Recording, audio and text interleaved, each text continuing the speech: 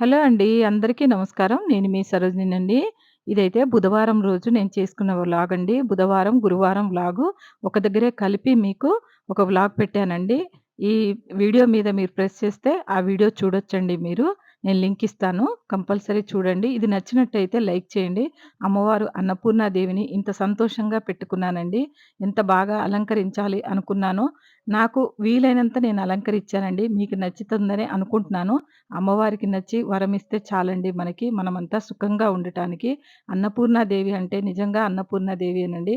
ఆ దేవి లేకుండా ఉంటే ఈ జానెడు పొట్ట నిండటం ఎలాగండి మనకి. అందుకనే అన్ని పనులు కూడా ఈ జానెడు పొట్ట కోసమేనండి. మనం పొట్టకూటి కోసమే చేసుకుంటున్నామండి. కాబట్టి అమ్మవారికి ఇంట్లో ఉన్నయైతే ఏమున్నాయో అమ్మవారికి నైవేద్యంగా పెట్టి అంతా ఇల్లంతా పెట్టలేమండి. ఇల్లంతా అమ్మవారిదేనండి. మనది కాదు.